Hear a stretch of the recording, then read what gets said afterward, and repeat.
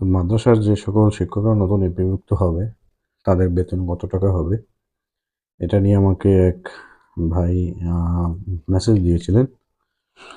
তো এখানে আজকে উম দেখব এই কত টাকা বেতন হবে এটা নিয়ে একটা সংবাদ আসছে। তো মোট ১,৫১৯ টি মাদ্রাসা যাদের ইআইএন নাম্বার রয়েছে তাদেরকে এমপিভুক্ত করার একটা সিদ্ধান্ত হয়েছে। তো এই প্রস্তাবে ইতিমধ্যে বিদায়ী শিক্ষা উপদেষ্টা অধ্যাপক ওয়াহিউদ্দিন মাহমুদ এবং মন্ত্রণালয়ের কারিগরি মাদ্রাসা শিক্ষা বিভাগ থেকে প্রস্তাব পাঠানো হয়েছে প্রধান উপদেষ্টার কাছে। তো মাদ্রাসা বিভাগের যে যুগ্ম সচিব এস.এম. মাসুদুল হক বৃহস্পতিবার সকালে বিডি নিউজ 24.com-কে বলেন, বুধবার বিদায়ী দিনে এ সংক্রান্ত ফাইলে স্বাক্ষর করেছেন বিদায়ী শিক্ষা উপদেষ্টা এবং মাদ্রাসা অনুবিভাগের অতিরিক্ত সচিব মোহাম্মদ নজরুল ইসলাম বিডি নিউজ 24.com-কে বলেন, আমরা দ্রুততম সময়ে মাদ্রাসাগুলো এমপিভুক্ত করার চেষ্টা করছি। মাদ্রাসাগুলোর এমপিভুক্তিতে নতুন নীতিমালা ও জনবল কাঠামো করার পরিকল্পনা করেছে মাদ্রাসা বিভাগ। পরিকল্পনা অনুযায়ী মাদ্রাসাগুলোতে ৬টি শিক্ষক পদ সহ মোট ৭টি পদ থাকবে। এর মধ্যে প্রধান যিনি থাকবেন তার বেতন গ্রেড হবে ১১তম এবং যারা সহকারী শিক্ষক তাদের গ্রেড থাকবে ১৩তম। এছাড়া অফিস সহায়ক বা এমএলএসএস একটি পদ রয়েছে। শিক্ষক থাকবেন ৫ জন, প্রধান একজন ৬ জন আর এমএলএসএস একজন ৭ জন। এছাড়া এই মাদ্রাসাগুলোতে আ প্রাক-প্রাথমিক শাখাও চালু করার সিদ্ধান্ত হয়েছে, প্রাথমিক সমমানের, যেটাকে নুরানি পর্যায় বলা হয়। তো সর্বশেষ ২০১৮ সালে ইবতেদায়ী মাদ্রাসাগুলো জনবল কাঠামো, বেতন-ভাতা নীতিমালা করেছিল কারিগরি মাদ্রাসা শিক্ষা বিভাগ। যদিও সেই নীতিমালা অনুযায়ী সুযোগ-সুবিধা শিক্ষকরা পাননি। যুগ্ম সচিব এস.এম. মাসুদুল হক বিডিনিউজ 24.com-কে বলেন, ২০১৮ সালের নীতিমালা নয়, আমরা মাদ্রাসাগুলো এমপিভুক্ত করার জন্য নতুন নীতিমালা করা হবে।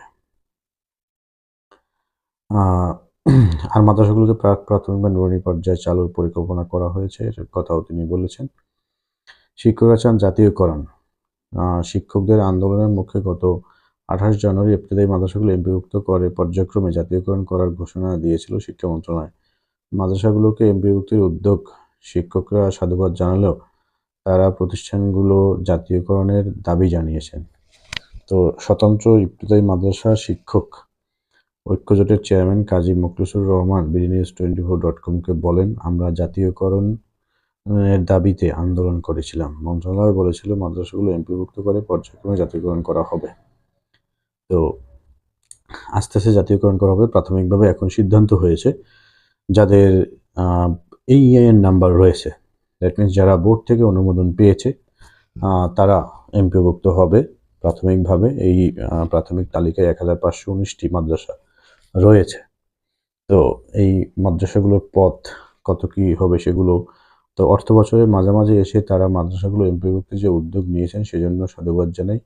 তবে আমাদের দাবি হচ্ছে জাতীয়করণ, এটাই তাদের দাবি থাকবে। সরকার যেন পর্যায়ক্রমে মাদ্রাসাগুলো জাতীয়করণের উদ্যোগ নেয় সে দাবি জানাচ্ছি।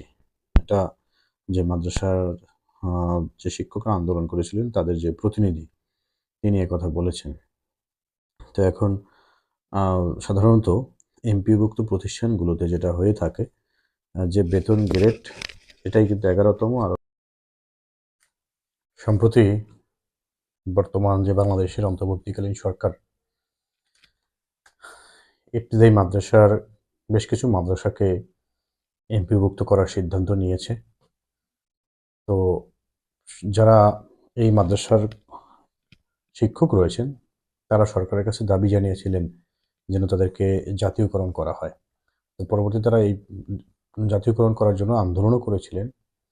তো সবশেষ সেই আন্দোলনের পরিপ্রেক্ষিতেই সরকার বলেছেন শিক্ষা মন্ত্রণালয় যে এই প্রতিষ্ঠানগুলোকে প্রথমে জাতীয়করণ করা হবে না সরাসরি। প্রথমে এমপিভুক্ত করা হবে যাদেরকে ইআইএন নাম্বার দেওয়া হয়েছে সেই সকল প্রতিষ্ঠানগুলো এবং পরবর্তীতে তাদের সেই এমপিভুক্তগুলোকে জাতীয়করণ করা হবে। তো এখন হয়তো মাদ্রাসায় চাকরি করেন এরকম একজন ভাই আমাকে প্রশ্ন করেছিলেন যে আমাদের যদি জাতীয়করণ করা হয় বা এমপিভুক্ত করা হয়, তো এমপিভুক্ত করা হলে সেক্ষেত্রে আমাদের বেতন কাঠামো কীরকম কী হবে? তো আমি এতদিন আহ, এই কাঠামো নির্ধারণ বা এটা নিয়ে একটু তথ্য নিচ্ছিলাম। তো পরবর্তীতে যে তথ্যটি আমার কাছে আসছে সেই অনুযায়ী যদি যারাই এই ইফতেদায়ী মাদ্রাসায় চাকরি করছেন বা ভবিষ্যতে করবেন তাদের উদ্দেশ্যে একটু বিস্তারিত ব্যাখ্যা করি যে আহ, কি পরিমাণ তাদের বেতন ভাতা তারা পাবেন এই মাদ্রাসায় চাকরি করলে অথবা ভবিষ্যতে চাকরি নিলে। তো সর্বপ্রথম আমরা যতটুকু জানতে পেরেছি যে 1519টি মাদ্রাসাকে এমপিভুক্ত করার সিদ্ধান্ত হয়েছে।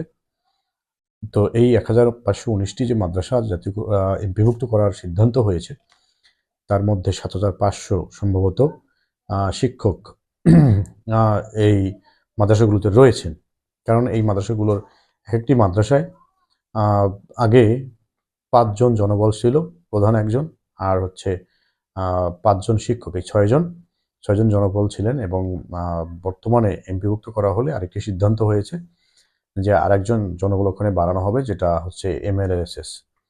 তো তাহলে যে 1519টি প্রতিষ্ঠানে সিদ্ধান্ত হয়েছে সেখানে অলমোস্ট 7500 শিক্ষক রয়েছেন বলে ধারণা করা হয়েছে, এবং যাদের ইআইএন নাম্বার রয়েছে তাদেরকেই এমপিভুক্ত করা হবে বলে সিদ্ধান্ত হয়েছে। এই প্রতিষ্ঠানগুলোর যিনি প্রধান থাকবেন, প্রধান মৌলভী, তার বেতন গ্রেড হবে 11তম, এবং তার বেতন স্টার্টিং হবে 12,500 টাকা। 11তম গ্রেডে আমরা জানি মূল বেতন হচ্ছে 12,500 টাকা। এছাড়া এই এমপিভুক্ত প্রতিষ্ঠানে সরকার যে ভাতা দিয়ে থাকেন সেই ভাতার মধ্যে হচ্ছে 1,000 টাকা হচ্ছে বাড়ি ভাড়া ভাতা, আর 500 টাকা হচ্ছে চিকিৎসা ভাতা। এছাড়া উৎসব বোনাস হচ্ছে বেতনের 4/1 ভাগ। বৈশাখী ভাতা হচ্ছে 20%। এছাড়া আর ভাতা দেওয়া হয় বলে আমার জানা নেই। আহ, এখানে শুধু 2টি উৎসব বোনাস আর হচ্ছে বৈশাখী ভাতা দেয়া হয়। বৈশাখী ভাতা হচ্ছে 20% মূল বেতনের, আর উৎসব বোনাস হচ্ছে মূল বেতনের 25%। যদি এটা ভবিষ্যতে বাড়ানো হয়, ঘোষণা দেওয়া হয়েছে যে বাড়ানো হবে, তখন তাদের জন্য সৌভাগ্য আসবে। তো এছাড়া স্টার্টিংয়ে প্রথম যিনি প্রধান হবেন ওই প্রতিষ্ঠানগুলোর, তিনি 11তম গ্রেডে থাকবেন, 12,500 টাকা বেতন পাবেন মূল বেতন। এর সাথে হচ্ছে 1,000 টাকা হচ্ছে বাড়ি ভাড়া ভাতা, তাহলে হবে 13,500 টাকা, আর 500 টাকা হচ্ছে চিকিৎসা ভাতা। 14,000 টাকা যখন এমপিওভুক্তের ঘোষণা দেওয়া হবে তখন থেকে তিনি পাবেন। এছাড়া আর অতিরিক্ত কোনো, এরপরে আবার যদি প্রভিডেন্ট ফান্ডে 10% কেটে রাখা হয় তাহলে এখান থেকে আরও 14,000 টাকা থেকে 1,400 টাকা বাদ যাবে তখন। এছাড়া যারা সহকারী শিক্ষক বা কারি, তাদের হচ্ছে 5টি পদ। সেই 5টি পদের তাদের সহকারী শিক্ষকদের গ্রেড হচ্ছে 13তম গ্রেড। 13তম গ্রেডে মূল বেতন হচ্ছে 11,000 টাকা। যথারীতি 11,000 টাকার সাথে 1,000 টাকা বাড়ি ভাড়া আর 500 টাকা চিকিৎসা ভাতা যুক্ত হবে। এখান থেকে যদি পেনশন স্কিমে যদি কেটে রাখা হয় 10%, যেরকম এমপিভুক্ত সকল শিক্ষক কর্মচারীদের কেটে রাখা হয়, তাহলে সেই 11,000, 12,000, 12,500 টাকা তার সেখান থেকে 10% কেটে রাখা হবে, মানে 1,200 টাকা। এছাড়াও অফিস সহায়ক একটি পদ তৈরি করার কথা রয়েছে। অফিস সহায়কের বেতন সাধারণত 8,500 সম্ভবত এরকম হয়ে থাকে। তো তাহলে সেও এরকম 8,500 টাকার সাথে 1,000 টাকা বাড়ি ভাড়া আর 500 টাকা চিকিৎসা ভাতা, এটা সবার জন্য সমান। একেবারে সবাই সমানভাবে পান। এছাড়া নুরানি শাখা খোলার একটা সংবাদ বেরিয়েছে যে নুরানি শাখা বা প্রাথমিকের মতো সেটাও হয়তো বা খোলা হবে। খোলা হলে সেখানেও হয়তো বা এই শিক্ষক দিয়েই কাজ করানো হবে, অন্য কোনো নতুন কোনো শিক্ষক পদ তৈরি করা হবে না আপাতত। তো এই হচ্ছে আপনারা যারা এই নুরানি মাদ্রাসা সম্ভবত এটার নামটা হচ্ছে ইবতেদায়ী মাদ্রাসা। ইবতেদায়ী মাদ্রাসায় যারা চাকরি করছেন অথবা করবেন, এমপিভুক্তের ঘোষণা দেওয়া হলে তাহলে আপনারা যারা প্রধান রয়েছেন তারা 11তম গ্রেডে মূল বেতন 12,500 টাকা এই বেতনে চাকরি করবেন। এছাড়া যারা সহকারী শিক্ষক রয়েছেন তারা 13তম গ্রেডে 11,000 টাকা মূল বেতনের, এবং এর সাথে বাড়ি ভাড়া 1,000 টাকা, চিকিৎসা ভাতা 500 টাকা।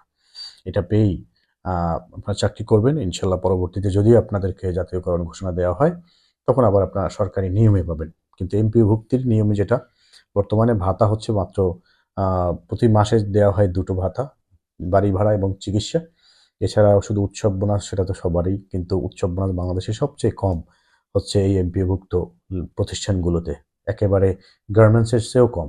সকল সেক্টরে সে সবচেয়ে সর্বনিম্ন এই হচ্ছে ভাতা। আশা করছি আপনারা সবাই যারাই চাকরি করছেন ধৈর্য সহকারে চাকরি করবেন এবং ভবিষ্যতে এই মাদ্রাসাগুলোতে সেবা দিয়ে যাবেন, জাতি গড়ার কাজে নিজেকে নিয়োজিত রাখবেন। আশা করছি এই তথ্যগুলো পেয়ে উপকৃত হয়েছেন। উপকৃত হলে অবশ্যই চ্যানেলটি সাবস্ক্রাইব করবেন এবং অন্যদের সাথে শেয়ার করবেন।